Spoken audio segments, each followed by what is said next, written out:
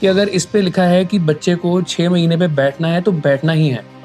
Why not give mothers first milk? For example, जैसे एक myth है कि आंखों में काजल लगाना है। What mother did it, उन्होंने काउज मिल्क स्टार्ट कर दिया। Babies end up in bloating, constipation, colic। आपको बेटा मोटा चाहिए लेकिन दामाद पतला चाहिए।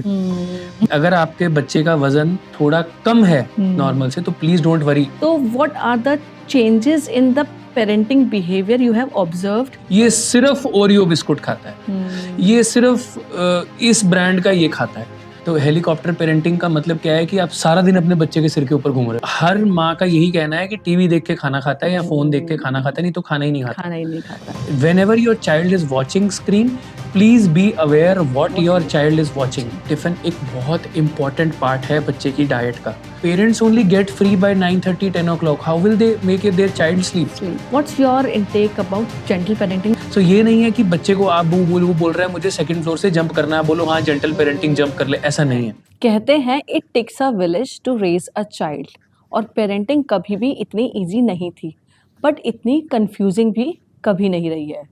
आज गूगल के पास आंसर्स हैं, इंस्टाग्राम के पास 10 एडवाइस हैं, एआई से पूछो तो वो आपके पास 10 एडवाइस लेके आ जाता है। ग्रैंड पेरेंट्स के पास अपना एक्सपीरियंस है, पेरेंट्स अपनी सलाह देते हैं, but when it comes to doctors उनके पास आपके लिए सिर्फ 5 से 10 मिनट है फैमिलीज को देने के लिए। हर पेरेंट अपने बच्चे के लिए बेस्ट चाहता है, और इसी कंफ्यूजन में ये ओवरलोडेड इन्फॉर्मेशन हो चुकी है। हमें बात किसकी सुननी है, किसकी माननी है, और आगे अपने बच्चे के लिए बेस्ट हम कैसे कर सकते हैं। तो this podcast is not only about कि हम पेरेंटिंग कैसे करें, it is all about how to raise a healthy kid when information is overloaded. आज के पॉडकास्ट में हम बात करेंगे हेल्दी चाइल्डहुड की, जिससे बच्चा कॉन्फिडेंट, रेजिलिएंट बन पाए। So today we have Dr. Saurabh Kapoor, who is a renowned pediatrician known as Tiny Healers famously. So Doctor, welcome to our show, Thank you. Anupreksha show. Thank you. Doctor, I feel today's parenting is very much confused. पहले से ज़्यादा, पहले सब लोग advice लेते थे बड़े लोगों से घर के, उसके बाद फ्रेंड से ले लिया या थोड़ा बहुत बुक्स पढ़ ली, फिर धीरे धीरे एक जनरेशन आई जिन्होंने गूगल से सर्च करना स्टार्ट कर दिया along with the parents and grand parents की एडवाइस के साथ। उसके बाद अब जमाना है एआई का, हर चीज का सॉल्यूशन आपको एआई दे देता है। तो कैसे इट इज चेंजिंग, कितनी कंफ्यूजिंग हो गई है पेरेंटिंग आज के टाइम पे? What do you think, what is your perspective in that case? So it is an appropriate question for this era, that the kind of time we are living in. तो पहले क्या होता था कि घर में बेबी बॉर्न हुआ है या बच्चा पैदा होता था ना, तो एक खुशी का माहौल और वो कि एक जॉयफुल मूड, और सब लोग मिल के उस बच्चे को बड़ा करते थे।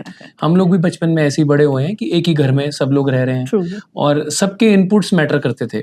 अगर मेरी बुआ ने कुछ बोला है या मेरी चाची ने कुछ बोला है तो, या मेरी ताई जी ने कुछ बोला है तो मेरी मम्मी सुनेंगी, है ना। और मेरे दादी was not there but then नानी ने कुछ बोला है, किसी ने, मतलब जिसने भी घर के बड़े ने कुछ बोला है, इनपुट दिया है, उसको कंसिडर किया जाता था। आप जब डॉक्टर को विजिट करते थे, आपके डॉक्टर जो चीज़ें बताते थे बिना कुछ सवाल जवाब के उसको फॉलो किया जाता था। और आई थिंक वो एक अच्छा समय था जो उस टाइम के हिसाब से लोगों ने बहुत अच्छे से जिया। लेकिन जैसे आपने सही बोला, धीरे धीरे एडवांसमेंट होती गई, गूगल पिक्चर में आ गया। तो जब गूगल पिक्चर में आ गया तो हर चीज़ के लिए गूगल होना स्टार्ट हो गया। तो I think that was may be 15 years back और 20 years बैक, जब हमने शुरू की थी प्रैक्टिस, तब इट वाज लाइक दैट कि जिसको हम हर पेशेंट जो आता था ना, उसको हम कहीं ना कहीं एक सिंड्रोम नाम भी आया था। ये एक्चुअली असली में है इडियट सिंड्रोम, अगर आपको पता हो तो ये असली में है।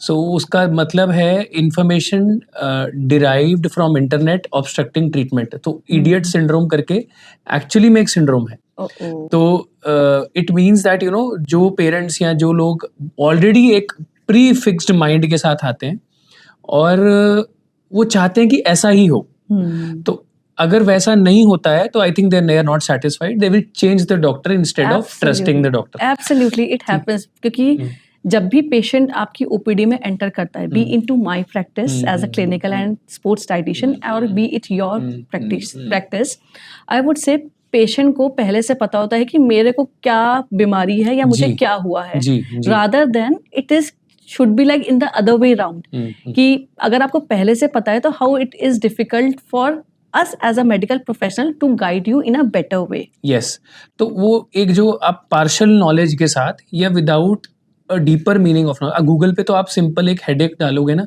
कि 15 दिन से हेडेक है तो शायद True. ऐसे कॉजेज आ जाएंगे, may be brain tumour also, True. कि you will be scared. So that does not mean, तो गूगल सर्चिंग एक नो डाउट बेनिफिट तो है कि आपको एक आइडिया लगता है, ऐसा नहीं है कि आपको पता ही नहीं होना चाहिए कि क्या बोल रहे हैं सामने, क्या हो रहा है, पता ही नहीं है.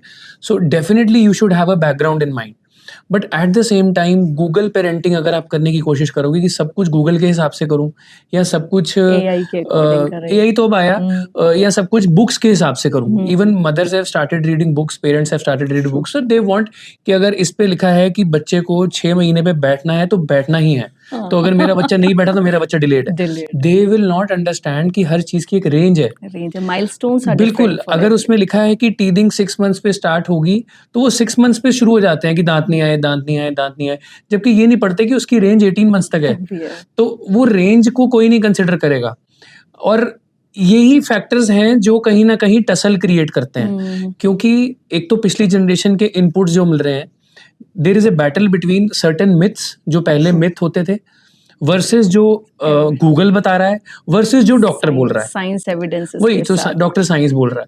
तो देयर आर 3 जगह से अटैक हो रहा है. तो एक तो पहले से पेरेंट्स को जो पिछली जनरेशन के ग्रैंड पेरेंट्स हैं वो बता रहे हैं, फिर डॉक्टर कुछ बता रहा है, फिर गूगल कुछ और बता रहा है. तो ये 3 चीजों के बीच में पेरेंट्स फंस जाते हैं एक्चुअली. तो दोष उनका भी नहीं है, बट मेरे को लगता है कि ये कहीं ना कहीं कंफ्यूज कर देता है, और आप बेनिफिट करने की बजाय हार्म हो जाता है. बहुत ज्यादा, बहुत बार हार्म हो जाता है. एक सिंपल सा एग्जांपल है कि पैदा होते ही बच्चे को हनी देना है. ये हर घर में हर जगह प्रथा थी, और हर जगह ये मिथ था कि ऐसा करना है. तो पहले किया जाता था, बट उसके बाद साइंटिफिकली पता लग गया कि इससे साइड इफेक्ट होते हैं, इससे बॉटुलिज्म नाम की प्रॉब्लम हो जाती है, ये नहीं करना चाहिए. तो अब पेरेंट फंस जाता है बीच में, जो मदर है वो फंस जाती है, क्योंकि वो कहते हैं कि दो, हम कहते हैं कि मत दो. तो I think we need to work out together, and instead of अपनी पेरेंटिंग को डिफिकल्ट बनाने की बजाय मैंने उसका एक सिंपल सोल्यूशन बताता हूँ. अगर आपको कुछ देना ही है, जैसे कहते हैं गुड़ती देनी है, तो why not give mothers first milk. तो जो माँ का पहला दूध निकल, जैसे कोलोस्ट्रम भी कहते हैं हम, why not give that to the baby. आपको जिसके हाथ से दिलवानी है, जैसे दिलवानी है वैसे दिलवा दो. लेकिन instead of giving Honey, why don't you give that. तो पर्पस तो ये था कि कोई भी एक प्योर चीज आपने बच्चे के मुंह पे टेस्ट लगानी है. और हनी पहले इसलिए दिया जाता था टू प्रिवेंट हाइपोग्लाइसीमिया. क्या होता था, बहुत सारे बच्चे IUGR यानी कि लो बर्थ वेट के पैदा होते थे, बहुत सारे बच्चे डायबिटिक मदर्स को पैदा होते थे. तो कहीं ना कहीं इसके पीछे भी एक साइंस थी. वो हनी इसलिए पिक्चर में आई थी ताकि वो बेबी को थोड़ा हनी चटा देते थे, वो मीठा होता था, उससे बेबी के शुगर लेवल्स ड्रॉप नहीं होते थे. So that use to maintain baby sugar levels. But तब ये ग्लूकोमीटर चेक करने वाली डिवाइसेस नहीं थी, तो तब अंदाजे से था सब कुछ. अब हमारे पास ग्लूकोमीटर है, अब हम चेक कर सकते हैं, हमें पता है कौन से रिस्क फैक्टर्स हैं, कौन से बेबीज में हाइपोग्लाइसीमिया होगा, किस में नहीं होगा. तो नाउ थिंग्स हैव एडवांस्ड. तो उसको इसीलिए एक रिवाज बना दिया गया था, सो दैट बेबीज को हाइपोग्लाइसीमिया ना हो. तो इसलिए एक रिवाज बना दे कि सबको थोड़ा सा शहद दे देना. क्योंकि माँ को कई बार दूध नहीं आता था शुरू में, तो बच्चे की शुगर कम हो जाती थी, बच्चे को प्रॉब्लम होती थी, कई बच्चों को दौरे पड़ते थे. उनको लगा कि जिनको ये चटा देते हैं ये ठीक रहते हैं बच्चे. तो it was made because of that, और वहीं से प्रैक्टिस शुरू हुई, वही एक प्रथा बन गई. उसके पीछे साइंस थी, उसके पीछे एक थॉट था कि हाइपोग्लाइसीमिया को प्रिवेंट करना है. लेकिन अब हमें पता लग गया कि हाइपोग्लाइसीमिया को प्रिवेंट करने के और भी तरीके हैं. हम हनी दे के कहीं ना कहीं नुकसान कर रहे हैं. तो ये छोटी छोटी चीजों में अगर हम थोड़ी सी बात उनकी सुन लें, कुछ बात डॉक्टर की सुन लें, और उसको साइंटिफिकली अप्लाई करने की कोशिश करें, तो we can have yes. So we should have a. मैं ऐसा नहीं कहूंगा कि आप अपने घर वालों को या ग्रैंड पेरेंट्स की बातों को बिल्कुल ही छोड़ दो. इम्पॉसिबल. वो एक और टसल स्टार्ट हो जाती है. क्योंकि जब the moment a baby is born, there starts a fight. Mother in law कुछ और बोल रही है, आपकी मम्मी कुछ और बोल रही है, और आप खुद कुछ और करना चाहते हो बिकॉज आपने गूगल पे और डॉक्टर से कुछ और सुना है. तो अगर आपकी फैमिली में या आपके ट्रेडिशन में कोई मिथ है जो आपको लगता है कि घर वाले बहुत प्रेशराइज कर रहे हैं फॉलो करने के लिए, तो मुझे लगता है कि वो चीज़ आप अपने डॉक्टर के साथ डिस्कस करो। फॉर एग्जाम्पल, जैसे एक मिथ है कि आंखों में काजल लगाना है, और आंखों में काजल लगाने से कहते हैं कि आंखें बड़ी हो जाएंगी, सुंदर हो जाएंगी, जबकि इसके पीछे कोई साइंटिफिक रीजन नहीं है।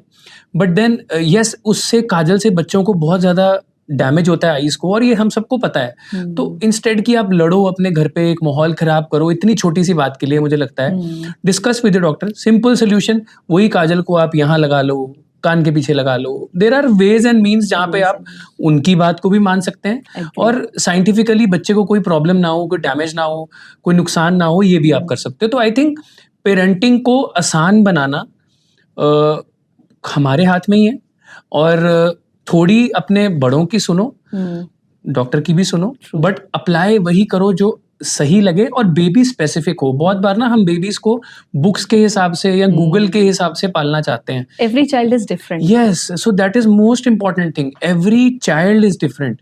मैं तो सबको एक बेसिक एग्जांपल देता हूँ कि आप सेम टैबलेट या सेम चीज़ आप देते हो, किसी को दवाई देते हो, किसी को एक बारी में उससे फ़र्क पड़ता है, किसी को 2 बारी में फ़र्क पड़ता है। तो हर एक बच्चे की बॉडी अलग है, तो ऐसा नहीं है कि हर बॉडी सेम चीज़ से सेम टाइम पे सेम तरीके से रिस्पॉन्ड करेगी, ऐसा नहीं है। So everybody has different body, तो आप everybody has different mind also.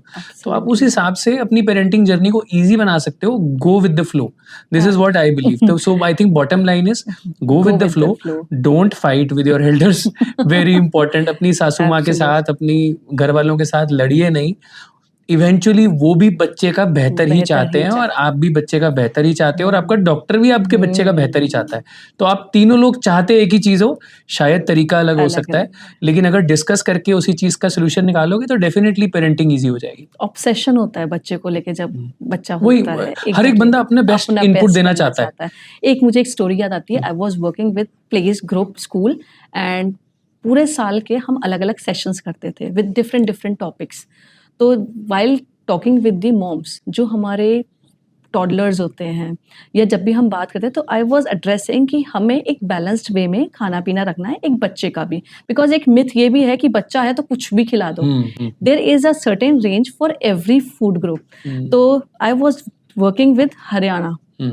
वो एक स्कूल जो था वो हरियाणा का के एक छोटी सी जगह पर था, और उसमें जब मदर्स आई तो दे वर वेरी सरप्राइज कि घी को हम कैसे लिमिट कर दें। घी और दूध तो हम कितना भी खिला सकते हैं। तो it was very difficult for me to convince, because वो एक ट्रेडिशन में चलता आ रहा था कि जहाँ पर 1-1 लीटर दूध इज वेरी कॉमन, और देसी घी खाना इज समथिंग जो घी चूरमा में डाल के भी बच्चों को दिया जाता है, बट एक सर्टेन अमाउंट में देना इज इम्पोर्टेंट। तो जब हम इस चीज को एड्रेस करते हैं, they do get very offended, और it gets very difficult to break those certain traditions also. बिल्कुल। तो आई थिंक आपने बहुत ही एक कंट्रोवर्शियल टॉपिक, मिल्क, तो ये हरियाणा, पंजाब, यूपी, ये ऐसी बेल्ट्स हैं जहाँ दूध को इतनी ज़्यादा प्रायोरिटी दी जाती है। एंड मैंने एक पॉडकास्ट भी किया था, आई थिंक 2 years बैक।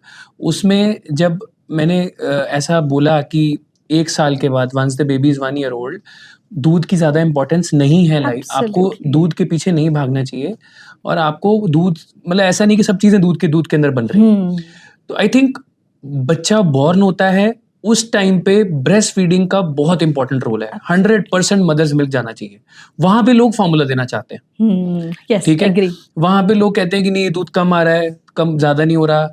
और most of the times grand parents या ग्रैंड मदर्स या रिश्तेदार ही आके एक मदर को बोलते हैं कि तेरा दूध कम है, तू फॉर्मूला दे दे, ये बच्चा रोई जाएगा। दूसरी होता है कि तूने 6 महीने के बाद ऑफिस ज्वाइन करना है, तो तब क्या करेंगे, तो बच्चे को बोतल लगा दो, फॉर्मूला फीड दे दो, है ना। तो बच्चा रोए जा रहा है, इसको दूध पिलाओ, तुम्हारा दूध इनफ नहीं है। तो आई थिंक ये इतनी नेगेटिविटी स्प्रेड हो जाती है मदर के आसपास कि eventually she goes into a mental balance, जहाँ पे उसका फीड आना ही कम हो जाता है, और उसको देना ही पड़ता है फिर फॉर्मूला। एक इंसिडेंट मुझे याद आ रहा है। 3 weeks ago, there was a mother. I had to counsel her. She was something कि उसका बेटा, he had a cleft lip, and he was not able to latch properly. He was just 1 month ago, और उसकी 3rd month में surgery plan होनी थी। तो because he was not able to latch, at least he was able to take the milk from the bottle. Yes. तो what mother did it, उसने cow's milk start कर दिया। मैं आपको यही बोलने लगा था next. Exactly. And when I asked why कि आपने cow's milk क्यों start किया इतनी early stage में, you should have breast milk first of all, first thing. Hmm. दूसरा, you would have asked for the formula Formula milk milk. at that particular time. तो उनका response ऐसा आता है, इट्स जस्ट लाइक कि मैंने अपनी बेटी को भी पहले दे दिया था, it was very comfortable for me, और घर में किसी से पूछना इज अ हेडेक, तो इट्स बेटर, मेरे लिए ये कन्वीनियंट था, तो I did so. What's your perspective in that way? Same, I was going to tell you about same thing only कि ये पहले ये होता है, उसके बाद जैसे ही बच्चा 2-3 महीने का होता है और फीड कम होता है ना, तो फॉर्मूला के बाद पहली चीज जो दिमाग में आती है वो गाय का दूध ही है कि काउ मिल्क दे दे, इसको जो घर में दूध आता है वो दे दे, और प्योर गाय का दूध दे दे. हाँ. वो कहते हैं हमारी तो जी गाय भी अपनी है, हम गाय तो भी प्योर गाय का दूध देंगे. तो ये बात भी, ये अगेन एक ऐसी चीज है, प्रैक्टिस, जो बच्चे को हार्म करती है. Babies end up in bloating, constipation, colic, iron deficiency, anemias, improper growth, the growth curves are not proper for these babies. So micronutrient deficiencies, there are a lot of problems जो दूध पिलाने से होती हैं. तो 6 महीने तक दूध पिलाना was हमेशा कि माँ का दूध पिलाना, was never कि गाय का दूध पिलाना. 6 महीने के बाद जैसे ही बच्चा 6 महीने का होता है, आप खाने की बात शुरू करते हो, पहला क्वेश्चन आएगा कि गाय का दूध पिला दें. आप 2 महीने से लेके 6 महीने तक रोक के रखोगे, उसके बाद अगेन 6 मंथ्स पे फर्स्ट थिंग विल बी कि दूध पिला दे. दूध कितना पिलाना है, And that too quantity again. बिल्कुल, right? दूध कितना पिला सकते हैं, ऊपर वाला दूध बताओ कितना पिला सकते हैं. तो आपको जब उनको मैं ये बोलता हूँ ना कि आपको दूध नहीं पिलाना है ऊपर वाला, दे आर शॉक्ड कि दूध नहीं पिलाना. दूध नहीं पिलाना, कैसा तो डॉक्टर वो है. पहली डाइट ही दूध देना चाहते हैं लोग Agree, कि 6 महीने के बाद पहली चीज दूध देना है बच्चे को. उसमें भी बहुत कंट्रोवर्सी है. जो भी आप खाना बताएंगे, वो सब बच्चे में को milk सूजी है. देनी है, रागी देनी है, ओट्स देने हैं, वो सब चीजें दूध में बनाते हैं. आपको बोलना पड़ेगा कि ये चीजें दूध में नहीं बनानी है, पानी में बनाओ इन चीजों को, पानी में कुक करो. मतलब you have to tell each and everything. और ये ट्रेडिशन पहले से चला आ रहा है. और अगर आप मॉडिफाई करने की कोशिश करते हो, दे आर वेरी बहुत रिलक्टेंट टू इट. reluctant, बहुत reluctant. रियली गेट्स डिफिकल्ट कि ये हमें क्या नई चीज बता रहे हैं. नहीं, वो नहीं मानते हैं. और बहुत सारे पेरेंट्स इवेंचुअली प्रेशराइज होके और peer pressure, grand parents pressure में आके दूध शुरू कर देते हैं.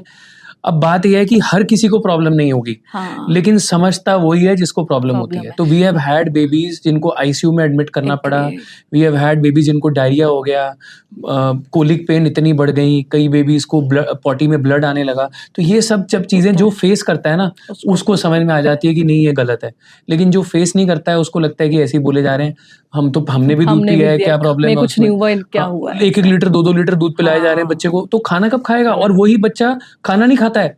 आप 1.5 साल के एक बच्चे से मिलिए, वो दूध चाहे 1 किलो पी जाएगा दिन में या 1 लीटर पी जाएगा, लेकिन खाना नहीं खाता है. एक्सेप्टेंस नहीं आती किसी भी फूड ग्रुप की, वो वेजिटेबल्स हो, फ्रूट्स हो, रोटी च्यू करना नहीं आएगा. एब्सोल्युटली. तो 6 मंथ्स के बाद जो हमारा न्यूट्रिशन है वो कैसे बिल्डअप करना है, एक बहुत इंपॉर्टेंट पार्ट है. उसमें डॉक्टर का भी रोल है, न्यूट्रिशनिस्ट का भी रोल है. तो I think both of you have to be together and then balancing it out. और सबको समझाना कि भाई ये नहीं कि घी खिलाना है, ये नहीं कि खाली पनीर ही खिलाए जा रहे हो, खाली आलू ही खिलाए जा रहे हो. One more thing I want to add up on, ये जो स्टेज होती है जब ग्रैंड पेरेंट्स ज्यादा प्यार करते हैं कि बच्चा है कुछ भी खिला दो. Specifically when it comes, India है तो यहाँ पे मीठा ज्यादा चलता है, शुगर इनटेक ज्यादा होता है. तो मम्मी ने नहीं देखा, इनकेस मम्मा इज स्ट्रिक्ट, तो पीछे से खिला दिया. ये बहुत कॉमन है. अब for example, again I had a case 2 months ago. There was a kid 4-year-old and he was diabetic. He was diagnosed diabetic because parents were working. घर में सिर्फ बिस्किट्स, चिप्स, नमकीन के पैकेट्स चल रहे थे after school and during the school, and the बच्चा got suffered for it. And later on जब डायग्नोज हुआ, then we had to counsel कि इसको ऐसे मैनेज नहीं करना है. We need to build that ecosystem जहां पर ये एक बैलेंस तरीके से है. न्यूट्रिशन नहीं है, पेट भरना is not the target. Nutritionally उसको बैलेंस करना, ताकि अगर अभी से बच्चे को मैनेज नहीं करेंगे उसकी हैबिट्स को, डाइटरी हैबिट्स को, as an adult it will be very difficult for him to manage those diseases also. Yes, so as you said, जैसे बहुत सारे बच्चों में टाइप 1 डायबिटीज होती है कॉमनली, या देखने को मिल जाती है. तो again for our audience, it is not कि बिस्किट या नमकीन खाए उससे डायबिटीज हो गई. डायबिटीज हो तो आपको डाइट के लिए और कॉशियस रहना पड़ता है, because these kids can have various problems because of diabetes if it is not controlled well. तो इनकी लॉन्ग टर्म, आप समझिए कि डायबिटीज इनको पूरी उम्र रहनी है. तो जिस बच्चे को पूरी उम्र डायबिटीज रहनी है, उसको डायबिटीज की कॉम्प्लिकेशन ज्यादा होंगी क्योंकि वो पूरी उम्र रहने वाली है. तो आई थिंक ये जंक फूड वाला जो कल्चर है, अच्छा बहुत बार पेरेंट्स ये कंफ्यूज होते हैं कि क्या खिलाएं क्या ना खिलाएं। आप बोल रहे हो पैक्ड फूड नहीं देना, क्या पैक्ड फूड है मतलब, हाउ टू टेल देम? तो I just tell them blindly कि anything which is in packet हाँ, you can open and eat, please don't eat. Please don't eat. तो उसको याद करने का तरीका बड़ा सिंपल है कि कोई भी चीज जो पैक्ड आती है या रैपर में आती है उसको आप खोल के डायरेक्टली खा सकते हो, वो चीज आपको नहीं खानी नहीं है। खानी है। बड़ा सिंपल सा लॉजिक है। तो जो चीज रैपर में है खोलनी है, कुक करनी है, फिर खानी है, still better. Still better. But then जो बिल्कुल ही जंक है, खोला खाया, biscuits and all these things, these are not healthy at all. तो आई थिंक ये एक कॉमन प्रैक्टिस है कि हम खाते हैं तो साथ में बच्चे को भी खिला देते हैं कि आप भी खा लो, है ना। तो बट वो कहीं ना बच्चे को लॉन्ग टर्म उन चीज़ों के लिए सफ़र करना पड़ता है। और जब आप देखोगे ना कि ओबेसिटी कितनी बढ़ रही है इंडिया में, फिर हम बात करते हैं, मैं तो पहले भी अभी एक शो में बोला कि हम बचपन में इतना लाड प्यार करके बच्चे को मोटा कर देते हैं, और वहीं बड़े होके आप कहते हो कि जिम जाओ, वेट कम करो, वेट मैनेज करो, डाइट कंट्रोल करो। Why not from childhood only? childhood itself. आपको, मैं पहले भी कहता हूँ, आपको बेटा मोटा चाहिए लेकिन दामाद पतला चाहिए, बेटी मोटी चाहिए लेकिन बहू पतली चाहिए, तो ये तो नहीं हो सकता, नहीं हो सकता। है ना। तो ये लॉजिक ही गलत है। So you put all your love into your child, लेकिन वो भी किसी का दामाद बनेगा, किसी का बहू क्योंकि बनेगी। इसको कंसीडर किया जाता है कि ओबीस है या ओवरवेट Healthy है तो है, वो हेल्दी है, healthy है। इज नॉट इक्विवेलेंट टू लीन और थिन। वो Yes, अलग कॉन्सेप्ट yes, चला जाता है। yes, yes. कोई भी ग्रोइंग बच्चा है, बिकॉज जब 3 years अबव जाता है, इफ द बच्चा is not eating pretty well nutritionally, वो ओबीस होगा। जी। एंड इफ द बच्चा is eating pretty well in a balanced way, उसका ग्रोथ हमेशा लीनर होगा। जी, तो मैं सभी मदर्स को ये कहना चाहूंगा कि अगर आपके बच्चे का वजन थोड़ा कम है नॉर्मल से, तो प्लीज डोंट वरी। आपका बच्चा एक्टिव होना चाहिए, प्लेफुल होना चाहिए, सारे माइलस्टोन्स टाइमली अचीव करे। यानी कि जब चलना है तब चले, जैसा उसकी स्कोलेस्टिक परफॉर्मेंस होनी चाहिए वैसी हो, स्पोर्ट्स में एक्टिव हो। आपका बच्चा बाकी ओवरऑल ग्रोथ अच्छी होनी चाहिए। Weight is just a number, उसको क्राइटेरिया मत बना लो कि अगर वेट नहीं थोड़ा कम भी है तो नहीं मेरा बच्चा तो ग्रो नहीं कर रहा, ऐसा नहीं है। So growth and development are two separate parts. So people confuse growth and development. Growth mainly आपकी फिजिकल पैरामीटर्स को असेस करती है, जैसे वेट हो गया, हाइट हो गई, बीएमआई हो गया, these are all, head circumference हो गया, ये ग्रोथ के फैक्टर्स हैं। डेवलपमेंट आपके माइलस्टोन्स देखती है कि आपके बच्चा कब बैठ रहा है, कब चल रहा है, कब स्माइल कर रहा है, कब वो कैसा इंटरेक्ट कर रहा है। क्योंकि जब आप दोनों चीजों को मिक्स करते हो तभी प्रॉब्लम होती है। You are not working towards the development of the child, you work only towards the growth. कि मेरे बच्चे की हाइट अच्छी हो जाए, मेरे बच्चे के मेरे पे मत जाए बस हाइट ना इसकी, मेरे से लंबा हो, है ना, या मेरे से लंबी हो, मेरे से वजन इसका अच्छा होना चाहिए जी, ये कमजोर नहीं होने चाहिए। इससे अभी एक चीज बात याद आती है कि for example toddlers age is a very picky eating stage, right? और इसका क्रेडिट बच्चा अपने आप से होता है या इकोसिस्टम जो बिल्ड किया होता है घर में वो मैटर करता है? What do you think? So there is again a difference between picky eating and fussy eating. ठीक है, सो बहुत सारे बच्चे ना फसी ईटर्स होते हैं। कि उसका मतलब क्या है कि आप कुछ दिनों में अच्छा खाएंगे, कभी नहीं अच्छा खाएंगे। सो वही बच्चा 2-3 दिन पहले सब कुछ खा रहा था, फिर 2-3 दिन में सब खाना छोड़ दिया, ठीक है, फिर 2-4-5 दिन में फिर कुछ खाने लगेगा। So this is known as more of, this is a temporary behavioural change. इसमें बहुत ज्यादा वरी वाली बात नहीं होती, और ये फेज हर बच्चे के साथ आता है। जैसे ही बच्चा शुरू में 6 महीने में आप खाना खिलाना शुरू करते हो, बच्चा बहुत बढ़िया खाना खाता है, सारी मम्मी खुश होती हैं, नई नई चीजें बना के देती हैं बेबी को, they are also very happy. Again 2-3 months में सडनली जो बच्चा सब खा रहा था, केला खा रहा था, सब कुछ सूजी खा रहा था, खिचड़ी, सडनली सब खाना बंद। जैसी खाना दो थू करके बाहर निकाल देगा। अगेन अट्रैक्टेड टुवर्ड्स मिल्क, दूध पिलाओ। तो मदर्स इसी कंप्लेंट से आती है कि सब कुछ खा रहा था 15 दिन पहले, पता नहीं क्या हो गया, एकदम से सब छोड़ने लग गया। तो ये एक नॉर्मल फेज है ग्रोथ का, which is going to go off. ये ऑन एंड ऑफ चलेगा 1-1.5 साल तक, ये अपने आप चला जाएगा। आप इसमें ज्यादा पैनिक मत करो। बस इसमें एक ही इसका याद रखो कि जब बच्चा एक्स्ट्रा दूध मांगे तो खाने को दूध से सप्लीमेंट मत कर दो। ये मत करो कि खाने का टाइम तक खाना नहीं खाया तो दूध पिला दो, ये नहीं होना चाहिए। सप्लीमेंट से एक बात याद आई कि डू यू सजेस्ट सप्लीमेंट बच्चे के लिए important? Because for example if the बच्चा is eating pretty well throughout the day, for example बच्चा सब्जी नहीं खा रहा, अगर वो फ्रूट्स खा रहा है या सब्जी को आप दलिया में छुपा के दे रहे हो, if he is eating well, so would you like to supplement at that particular time also या otherwise also? So I'll come to that in the next point. I will just like to finish about picky eating before that, then we'll come to supplements. So what we discussed was fussy eating. Then you go on to picky eating. Picky eating is again depending upon your ecosystem. आपने जैसा बच्चे को बनाया है वो वैसा बन गया है. तो अब यही बच्चा जब 2 साल 3 साल का हो गया है तो आप कहो कि ये सिर्फ ये 3 चीजें खाता है, इसी पर्टिकुलर ब्रांड की खाता है, नहीं तो खाता ही नहीं है. ये सिर्फ ओरियो बिस्कुट खाता है, ये सिर्फ इस ब्रांड का ये खाता है, ये सिर्फ वो उसके पापा पूरा मार्केट घूम रहे होते हैं ओरियो बिस्कुट ढूंढने के लिए कि मेरा बच्चा तो खाता ही वही है और कुछ खाता ही नहीं है, या ये दैट इज डेंजरस. वो बच्चे की ग्रोथ को हैम्पर करता है, बच्चे के बिहेवियर को हैम्पर करता है, उसके सारे माइलस्टोन्स को hamper. That is not good. So जब ये वाली हैबिट आप बना देते हो अपने इकोसिस्टम में कि जैसा वो कह रहा है वैसा ही करेंगे, यही 3 चीजें खाता है तो यही खिलाएंगे और नहीं देंगे कुछ भी, दैट बिकम्स डेंजरस. वो आपके बच्चे की ग्रोथ को हैम्पर करता है. So over pampering will definitely hamper your child's growth. Now coming to supplements. Supplements की अगर बात करो, बर्थ से लेकर 1 ईयर की एज तक बच्चों को विटामिन डी सप्लीमेंट किया जाता है रूटीनली, बिकॉज वो भी एक कारण है, बिकॉज हमारा सन एक्सपोजर उतना ज्यादा नहीं है. उसके अलावा routine supplementation is not required. All right, if you are breastfeeding there is no need to give any other supplement. No multivitamin is required, nothing is required, only vitamin D. Yes, in special circumstances when your baby is low birth weight, your baby was premature, your baby had some problems during the birth and you need to supplement something, that is a different issue, not routinely. 6 months के बाद बहुत बार बच्चों को anaemia हो जाता है क्योंकि उनका HB फॉल करता है नेचुरली, उसको अनीमिया ऑफ इन्फेंसी कहते हैं. उस टाइम पे भी certain supplements in form of iron can be added, but again depends upon the child. If the child is well, doing okay, iron levels are okay, HB levels okay, there is no need to do anything. Only vitamin D is enough. उसके बाद 1 साल के बाद तो बिल्कुल जरूरत नहीं है, क्योंकि आपको खाना ही ऐसा खिलाना था कि आपके बच्चे को किसी चीज की माइक्रोन्यूट्रिएंट की कमी ना रह जाए. That's the main point, because जब OPT में पेरेंट्स आते हैं उनका मेन सिस्टम ये होता है, be it they are coming to me also. उसमें आने के बाद भी उनका पहला क्वेश्चन होता है कि सप्लीमेंट्स कौन सा देना है. आई एम लाइक कि पहले खाना खिलाओ ठीक से, सारे फूड ग्रुप्स उसमें होने चाहिए, कोई भी आप मिस नहीं कर सकते हो और ओवर नहीं कर सकते हो कि चीनी दे रहे हो या सेलिब्रेशंस के नाम पे शुगर बॉम्ब्स चल रहे हैं, उसको कंट्रोल करना है. तो that should be there.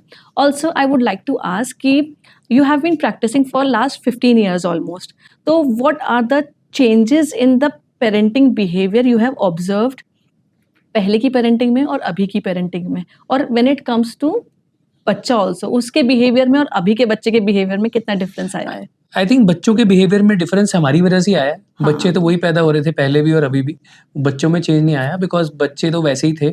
Parenting जरूर चेंज हो गई है, बिकॉज आजकल हमने रिसेंटली एक अपने हॉस्पिटल में टर्म डिवाइस करी थी, हेलीकॉप्टर पेरेंटिंग.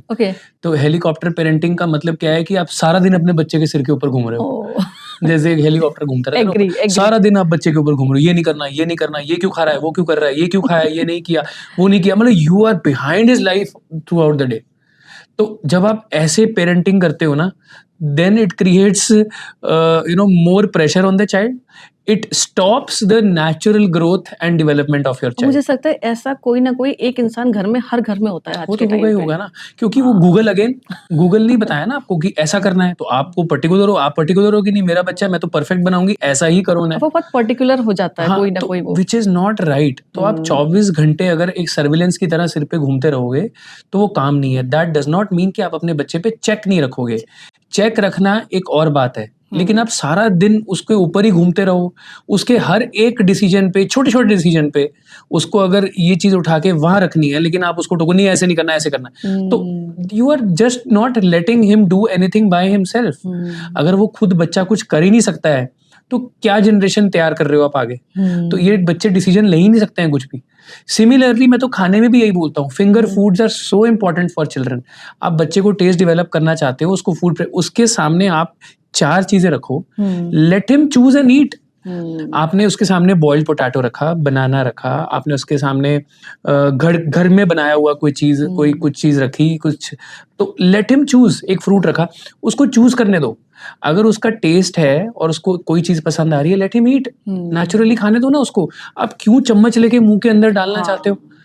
मतलब नॉट होता है, रिक्वायर्ड. होता है। सो 7-8 मंथ्स के बाद let the child decide explore कर प्राइमरीली. देना उसको चाहिए। एक्सप्लोर करने दो फूड को. लोग कहते हैं गन मचा दे गिरा देगा, तो कोई बात नहीं. कोई बात नहीं। उसको वो टेक्सचर फील करने दो फूड का, उसको वो टेस्ट फील करने दो नर्व फूड का. एंडिंग्स काम करती जी, हैं उस उसको पे। कर लेने दो. बट वो नहीं, मतलब आई थिंक बहुत कम लोग हैं जो इस चीज़ के साथ अग्री करते हैं. लोगों को लगता है कि गन मचा रहा है, खा तो रहा नहीं है, सब कुछ गिरा दिया गिरा रहा है। और मेरे को तो फिर खिलाना पड़ा. बहुत बार लोग ये कहते हैं कि इसको मैंने दिया, आपने बोला था, मैंने दिया, सारा गन मचा दिया, खाया तो कुछ भी नहीं, मैं फिर खिला रही थी. अरे उसने अगर 2 बाइट भी खाई है ना, तो that is equal to maybe half a katori given bye you. क्योंकि वो उसकी मेंटल स्टिमुलेशन को, उसकी ईटिंग हैबिट को इम्प्रूव करेगा. तो हमारा काम सिर्फ बच्चे को ग्रोथ वाइज बड़ा करना नहीं है, उसके माइलस्टोन्स भी इंपॉर्टेंट हैं. लॉन्ग टर्म नहीं सोचते. एग्जैक्टली अब ये जब आप बात कर रहे हो कि स्पून फीडिंग चल रही है, फिर अब जो चल रही है वो स्क्रीन के साथ चल रही है. That is also a problem. Again dangerous. So the thing which has changed in modern parenting is introduction of screen. तो हर माँ का यही कहना है कि टीवी देख के खाना खाता है या फोन देख के खाना खाता है, नहीं तो खाना ही नहीं खाता. ठीक है. तो अगेन उनको भी एक ही सोल्यूशन है. कई लोग कहते हैं चलो अभी थोड़ा कम कर देते हैं, फिर धीरे धीरे इसको हटा लेंगे. ये धीरे धीरे नहीं होने वाला है. और वो इनफैक्ट वो एड ऑन होता जाता है, पाइल अप होता जाता है. What's your intake about gentle parenting, जो बहुत टर्म चल रहा है, जेंटल पेरेंटिंग और permissive parenting? So again, what we told, so gentle parenting is again an opposite of helicopter parenting. ठीक है? That's why. तो आपको basically being gentle does not mean that your child wants to watch TV, let him watch TV. That is not right. So gentle parenting में जहाँ आप अपने बच्चे को harm करने पे आ जाते हो, वो सही नहीं है. Gentle parenting का मतलब है let the child make decisions on their own. whatever is in a safer environment for the child. So ये नहीं है कि बच्चे को आप वो बोल रहा है मुझे सेकंड फ्लोर से जंप करना है, बोलो हाँ जेंटल पेरेंटिंग जंप कर ले, ऐसा नहीं है.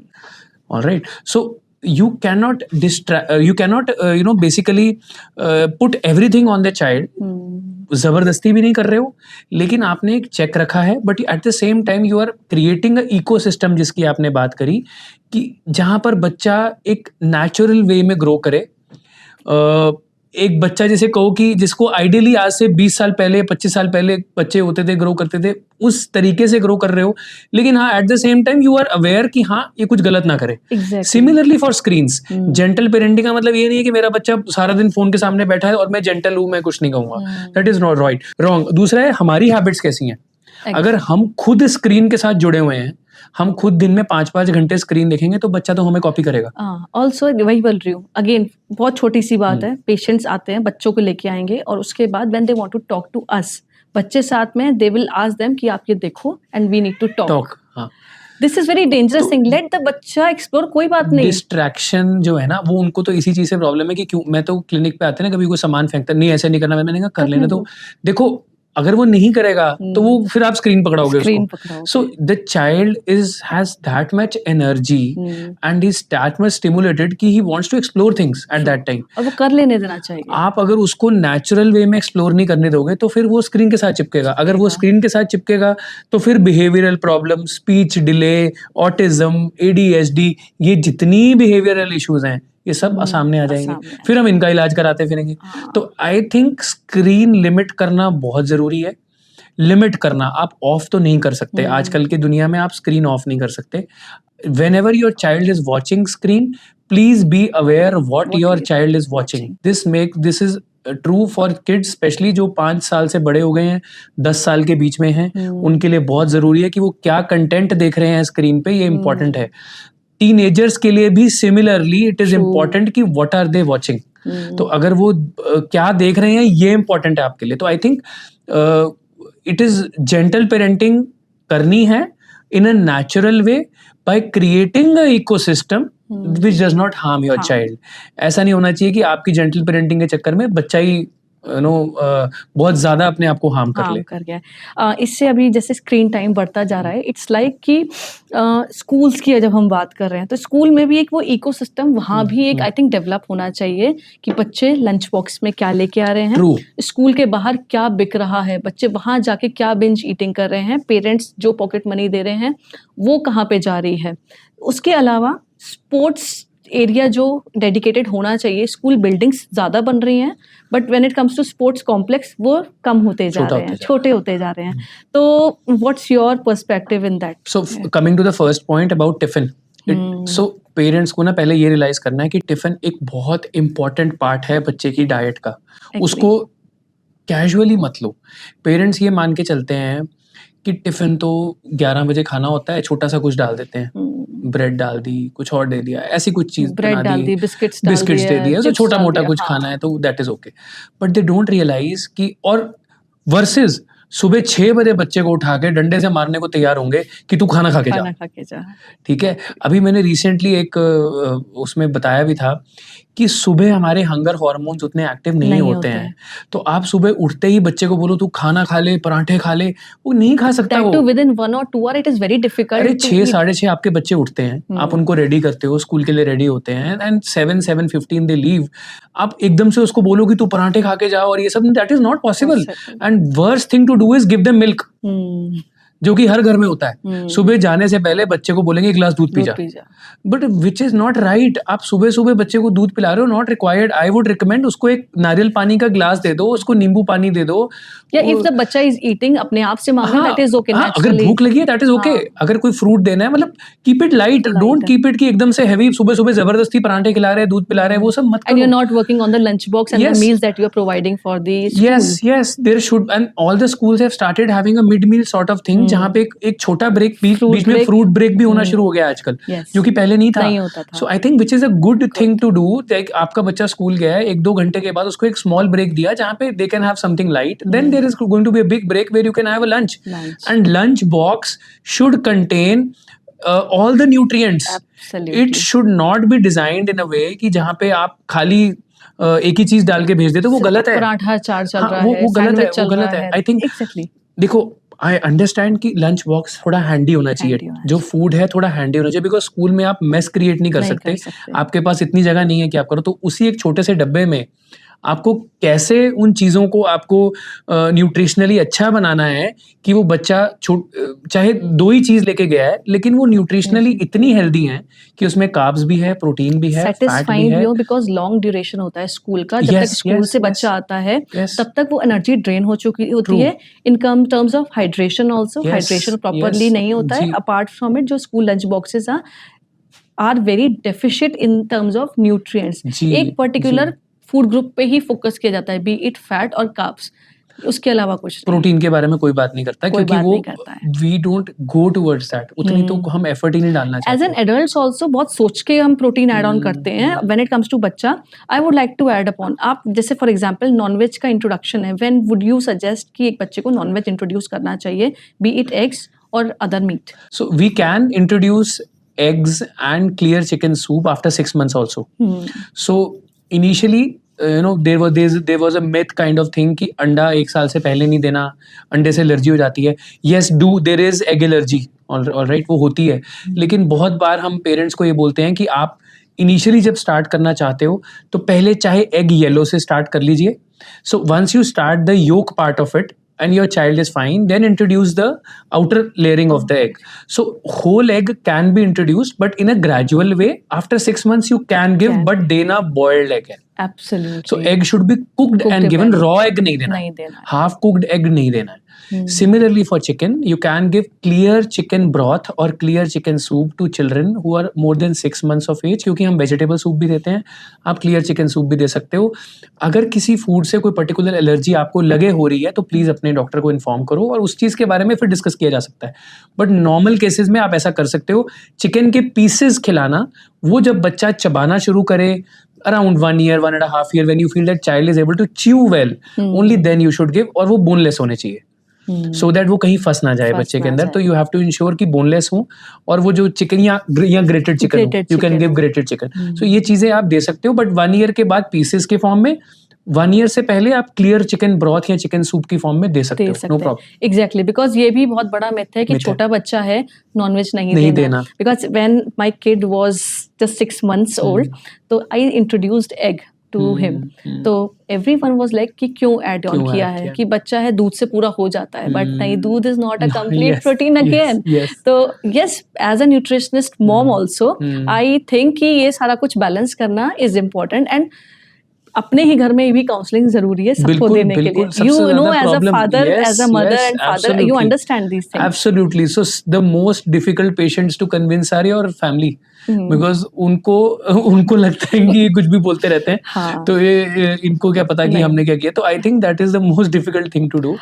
बट हाँ, Also. चाइल्ड न्यूट्रिशन में again I would like to just emphasise on to everyone, 6 months के बाद जो आप डाइट देते हैं अपने बच्चे को, उस पे निर्भर करेगा कि पूरी लाइफ आपका बच्चा कैसा रहेगा, ग्रोथ के मामले में, फिजिक के मामले में, डिजीजेस के मामले में. तो वो एक बहुत इंपॉर्टेंट फेज होता है 6 महीने से लेके 1 साल वाला. ऑल्सो टेस्ट बर्ड्स भी तब डेवलप हो रही होती है, ये लाइफ लॉन्ग उनके साथ रहती हैं. तो इट इज वेरी डिफिकल्ट कि जब as an adult it gets difficult to alter और change those taste buds also.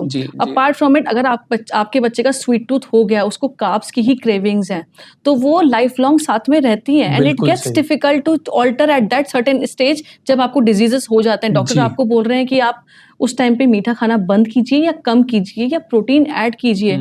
अंदर मुंह में प्रोटीन जाता ही नहीं है, क्योंकि दैट इज व्हाट. तो 6 महीने के बाद वाला जो कॉम्प्लीमेंट्री फीडिंग वाला, कॉम्प्लीमेंट्री डाइट वाला जो फेज है ना, वो बहुत क्रिटिकल होता है. उसको लाइटली मत लो. जो पहले सबने किया वो सबको कॉपी पेस्ट मत करने की कोशिश करो. उसको एक बैलेंस्ड वे में इंट्रोड्यूस करो ताकि आपके बच्चे की आगे आने वाली लाइफ सारी ठीक रहे. दूसरा, जब आपका बच्चा बड़ा हो जाए, प्लीज बच्चे के टिफिन बॉक्स पे जरूर ध्यान दो. ये बॉटम लाइन है, क्योंकि ये लोग नहीं करते हैं. 2 चीजें हैं जो ये बिल्कुल ध्यान नहीं देते हैं. 6 उनको लगता है बड़ा होगा अपने आप खा लेगा. तो अपने आप तभी खाएगा जब आपने किया होगा. तो एग्जैक्टली जब आपको नॉलेज नहीं है इस चीज की, व्हेन पीपल से कि फिर कहते हैं कि डाइटिशियन के पास जाने की जरूरत क्यों है. This is the need, because ये सारे पैरामीटर्स मीट आउट नहीं हो रहे हैं. And for a doctor also it gets difficult to counsel each and every part of it.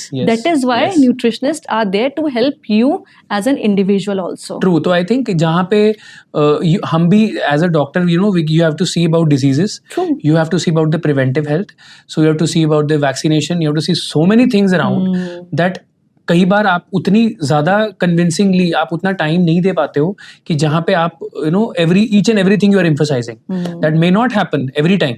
सो मुझे लगता है कि वहाँ पे रोल आता है कि जहाँ पे एक you need, because even in our hospital we have a nutritionist. She is guiding the mothers during the pregnancy, then she is guiding them for breast feeding, then she is guiding them once the baby 6 months old. उसके बाद वो baby को बताते हैं कि क्या खिलाना है, कितना खिलाना है, क्या.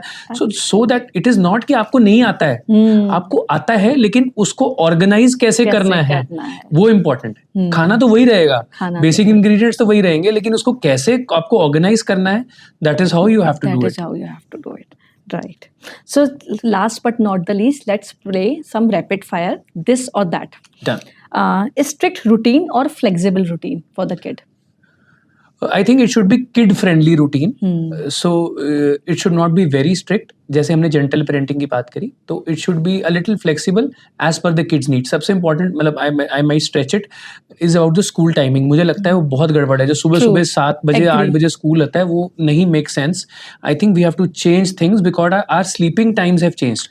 एब्सोल्युटली. ये मैं पॉइंट आई थिंक मिस कर गई ऐड ऑन करना कि हमारे रूटीन्स तो चेंज हो गए. एज अ पेरेंट हम लेट नाइट सिस्टम आ चुका है एंड अभी भी स्कूलिंग अर्ली मॉर्निंग चल रही है. जी, तो मुझे लगता है कि ये चेंज होना चाहिए. ये चेंज होना चाहिए बिकॉज ये आने वाले टाइम में ना बच्चे स्लीप डिप्राइव्ड हो जाएंगे. हो रहा है वो. और जो स्लीप डिप्राइव्ड होंगे वो खाना भी नहीं खा पाएंगे और वो बच्चों की अच्छी ग्रोथ भी नहीं होगी, पढ़ाई भी नहीं होगी, खेल भी नहीं पाएंगे, सब कुछ सफर करता है. तो आई थिंक क्योंकि अब टाइम चेंज हुआ है, बिकॉज इट इज नॉट, अब सब चीजें पुराने की तरह नहीं कर सकते. तो I think as a education भी हमें थोड़ा अपने आप को मॉडिफाई करना है कि थोड़ा फ्लेक्सिबल होना चाहिए कि हाँ, अब पता लग गया कि अब कॉमन स्लीपिंग टाइम ये है, तो अगर ये टाइम है, बच्चा इतने बजे उठ रहा है, वो कैसे 8 बजे सुबह या 7:30 बजे स्कूल पहुंच सकता है? पहुंच ही नहीं सकता.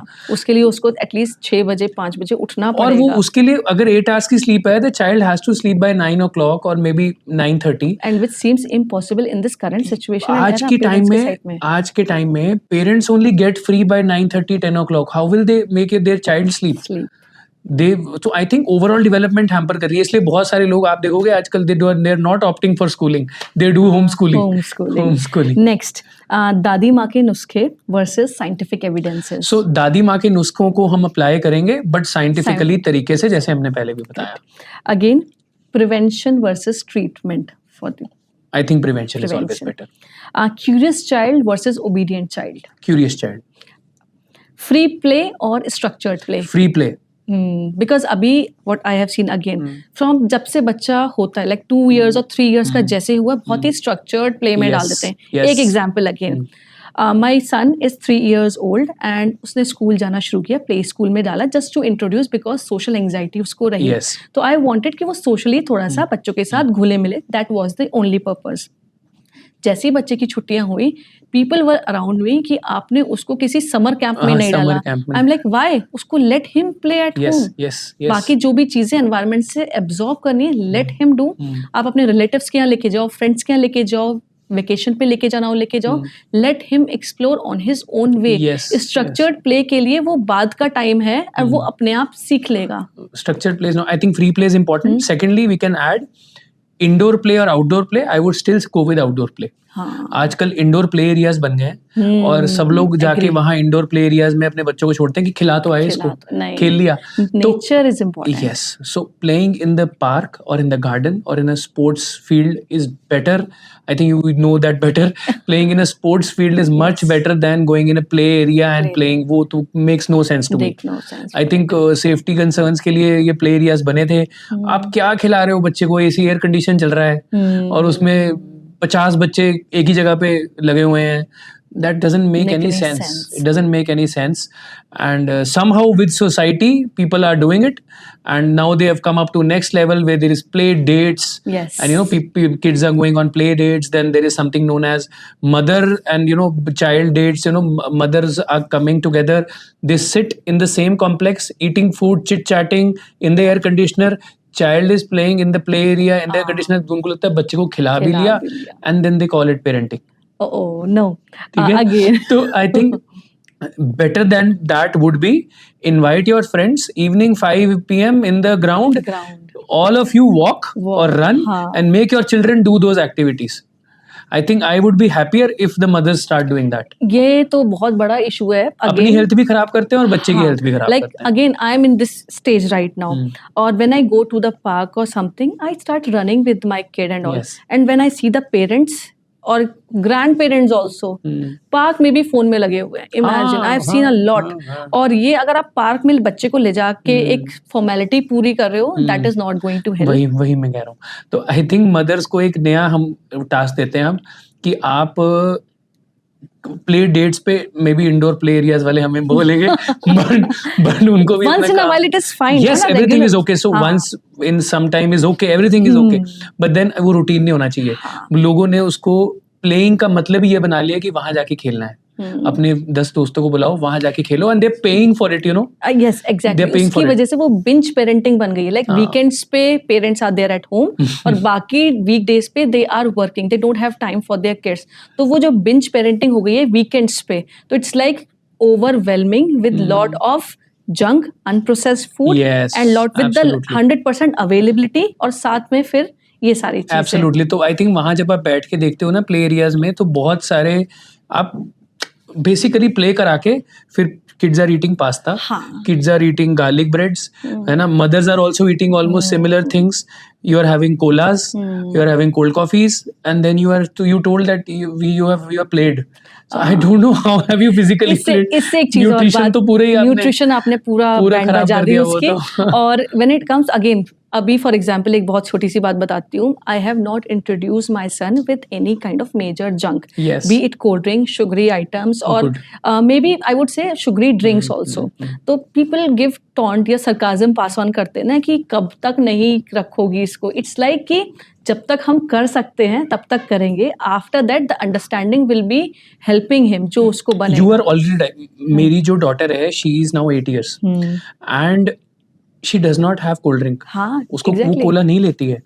उसको ये फ्रूटीज, कोला, ये सब चीजें पसंद ही नहीं है, तो उसको टेस्ट ही नहीं है। इकोसिस्टम आपने ऐसा बनाया, उसको टेस्ट ही नहीं है। And you know what, once in a while it would happen that you have you have some pizza where or you Hmm. have something there where you know that you are having it, you also tell कि बच्चे थोड़ा सा ले ले कोई, portion you control know समझ what, है। yes, she will have a little, and before, you know, again after 1 hour she will tell कि मम्मा मेरे को ना रोटी बना दो, एग्जैक्टली मेरे को एग्जैक्टली पराठा दे दो, तो she would love to have रोटी सब्जी हाँ वर्सेस जंक फूड, तो I वो ना उसकी प्रेफरेंस बड़ी क्लियर है लाइफ में. और ये बहुत अच्छी बात है। हाँ. ये this things happens with me also. I am going for outing और इन अ वेडिंग और something like this, We have the meal along. हाँ अब मील अलोंग साथ में दाल रोटी चावल Yes, लेके जाना yes, है। yes. And people will say घर से भी खाना लेके आई है मखाने, if I am getting it. ये आप गलत कर रहे हो, आदतें गलत डाल रहे हो। इट्स नॉट लाइक आदतें गलत डाल रहे हैं। दूसरी चीज, if we are having probably कुछ अलग से भी once in a while also, तो my kid gets excited, wow, but he will have only in a very Small controlled portion portion, and that matters a lot. यही Yes, चीज सिखानी, yes, it's not कि yes. हमें हर चीज बिल्कुल avoid करनी है। It portion should be size बहुत पोर्शन साइज इम्पोर्टेंट. यस, तो आई थिंक वो ओवरऑल बच्चे की ग्रोथ या ओवरऑल उसका ईटिंग हैबिट्स को आपको इम्प्रूव करना है. एक ही चीज के ऊपर खाली आप फोकस करते रहते हो, which is wrong I think. तो आई थिंक ये इंपॉर्टेंट है. जब आप घर से भी जाओ तो हम तो इनफैक्ट पानी भी साथ लेके जाते हैं. हाँ, तो we carry a bottle. She is 8 years, she goes to park, she carries a bottle, Always. and she goes for, you know, any kind of dance activity or something, she will carry a small meal which will have makhanas, It's important. which will have nuts, It's it has dates, so वो लेके जाती है साथ में वो. ये तो बहुत एक नॉर्मल, जैसे मैं बोलूँगी एक नॉन एथलीट की बात कर रही हूँ। I work with lot of sports athletes also. उनके साथ तो ऐसा है कि आई हैव सीन इतना अच्छा खेलने के बाद भी उनका ईटिंग पैटर्न अभी भी डिस्टर्ब्ड है। Imagine, they are not hydrating pretty well, they are not focusing on eating, and if आज दे आर लाइक अगर हम इस पे फोकस करेंगे तो खेलेंगे कब? You are not able to understand this is impacting your Yes, performance yes. overall also, your blood parameters, your Yes. energy levels, your focus are deprived the way you want it to be. You are not able to perform at your peak. Again, also another topic to discuss about nutrition in kids is constipation. तो you know, almost 70 to 80% kids after 6 months से लेकर 2-3 साल 4 साल की उम्र तक they'll be constipated. They don't pass their stools, they are passing hard stools. It is again, parents will come and tell कि इसको दवाई दे दो. हाँ, आप दवाई दोगे, you will give some laxative. You जितना मर्जी आप उनको समझाओ कि this is only a temporary treatment, you will have to improve your diet. So constipation in kids, until unless proven that there is some disease, is mostly dietary. तो अगर आप diet अच्छी रखते हो, अगर आप हाइड्रेशन अच्छी रखते हो, फाइबर इनटेक आपका अच्छा है, तो you will not be constipated, your child will not be constipated. So if you keep on giving milk, if you keep on giving processed food, then you are going to end up in constipation. And if you think कि ये दवाई लेके 4 दिन में से हो जाएगा, नहीं होगा. एंड बहुत बार मुझे लोगों को ये बोलना पड़ता है कि आप दवाई दे दो, लेकिन ये बिहेवियर चेंज चाहिए, इसमें डाइट चेंज करनी पड़ेगी आपको, ये 2 दिन में नहीं होने वाला है. You ऐसे need में to change अगर it. हाँ, ऐसे में अगर ये है कि again school plays a important role, वो practical nutrition education, practical Yes. Health education Yes, is very very important. important. When I was a kid, health education was a grading subject, Yes. है ना? और education. Physical education और health education also Yes, was one of my yes. Subject, और मेरा मन सिर्फ उसी को पढ़ने में लगता था, बाकी सारे subjects was like that. But ये एक प्रैक्टिकली इसको इम्प्लीमेंट करना इन terms of sports education and health education, Yes, yes. उसको प्राइमरीली मैनेज करना हर बच्चे को आना चाहिए. ट्रू. आई थिंक मेरी तरफ से एक सजेशन स्कूल्स को और होगा कि they should have a nutritionist hired. They should have a nutritionist maybe on panel with the school, you know, who is actually, she looks into, she can have a round every day, looks into a class of kids, what are they actually getting. All right, and there onwards, you know, she can prepare some model examples for मतलब for the parents to know कि आप ये चीजें कर सकते हो जिससे आप अपने बच्चे के टिफिन को और हेल्दी बना सकते हो. और ये ना आप बेसिक चीज हो गई, बेसिक है ये, बट वो उस पर कोई ध्यान देता नहीं है स्कूल वाला. एग्जैक्टली, वो होता है. Even I have tried on my personal basis. Imagine, I have reached out to many schools from tri city itself. Imagine none of them responded in the positive way. Nobody wants to. Nobody They wants have to. kept कि हर school ये बोल देता है कि junk नहीं भेजना, ये नहीं करना, वो नहीं करना.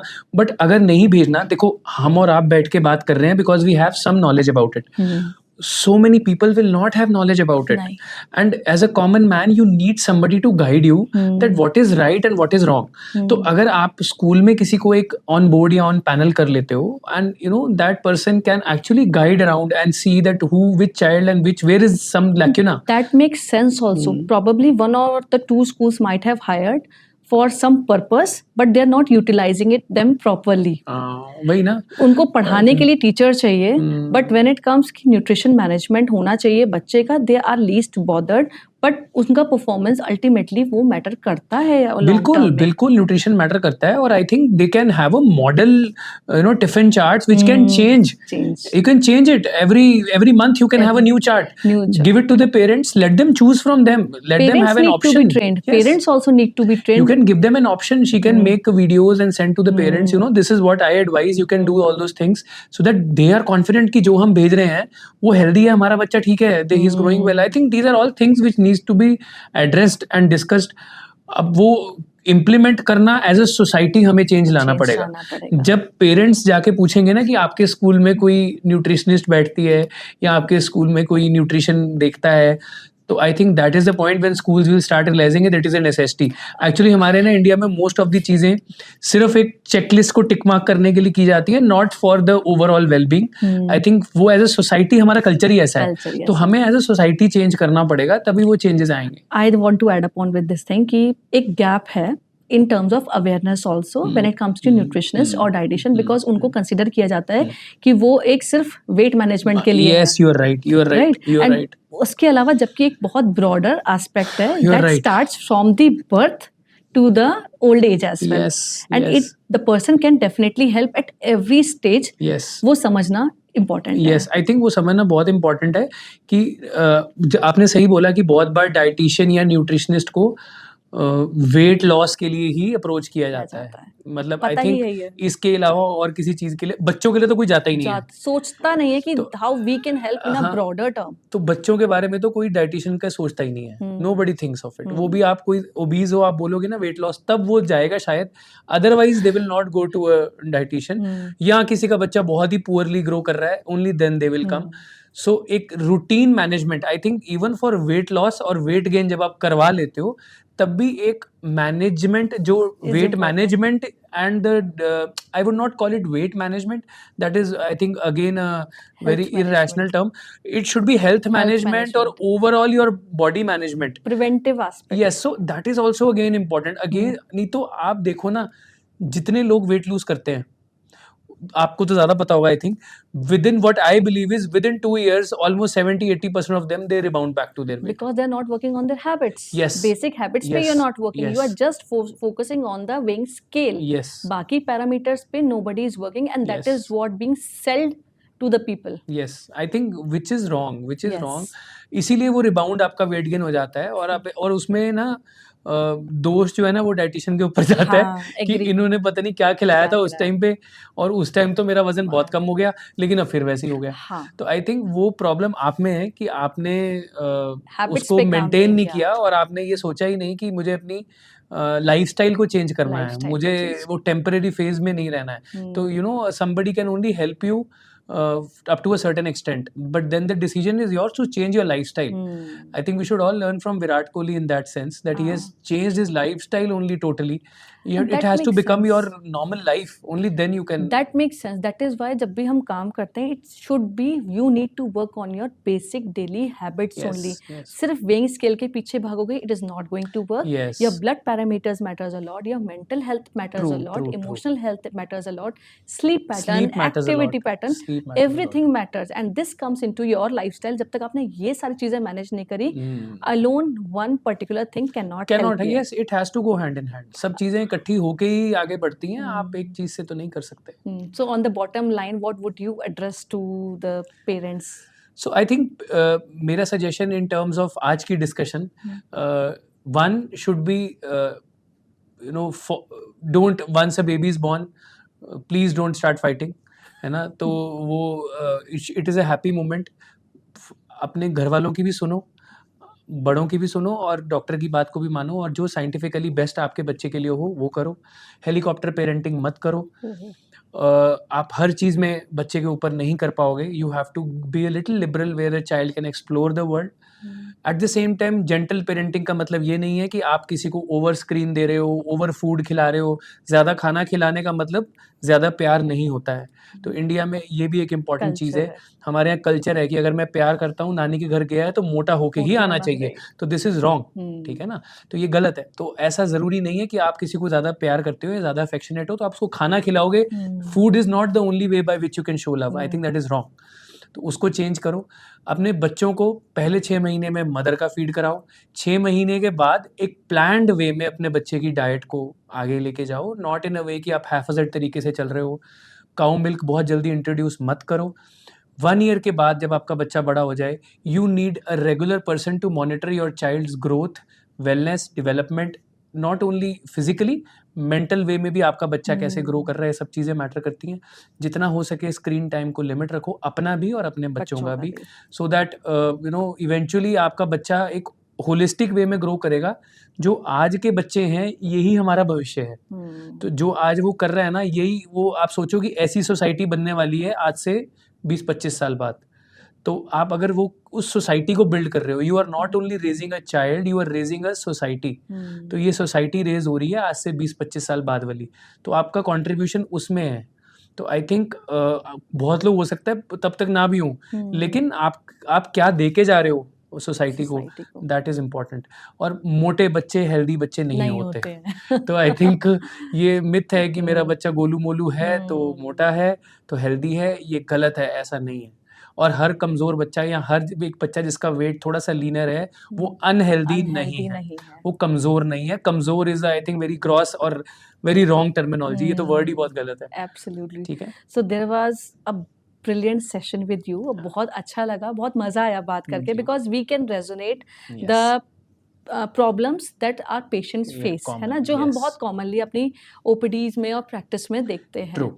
तो I hope this should help our viewers to yes, understand certain perspective जो बहुत पेरेंट्स झिझकते हैं पूछने के जी, लिए जी, और जी, डिस्कस शायद नहीं करना चाहते बिल्कुल, होंगे, और बिल्कुल, अगर कहीं ना कहीं कंफ्यूजन होगा, this will help them. Yes, so thank you definitely. Doctor for giving your thank you, precious time to us. Thank you for inviting me, thank you. Thank you. जो पेरेंट्स आज इस पॉडकास्ट को देख रहे हैं, सिर्फ यही कहना चाहूंगी, हेल्दी एडल्टहुड हेल्दी चाइल्डहुड से ही बनता है, और इन छोटे छोटे डिसीजंस को लेकर ही एक अच्छा चाइल्डहुड हमारा अच्छे और हेल्दी एडल्टहुड की तरफ लेके जाता है। तो अगर आपका ये पर्सपेक्टिव चेंज हुआ हो या मॉडिफाई हुआ हो या आपको किसी तरीके से हेल्प किया हो, do share with your loved ones. I hope this helps. मैं हूं Anupreksha Rastogi and you are watching Anupreksha show, where real conversation creates real impact. मिलते हैं आपको नेक्स्ट एपिसोड में।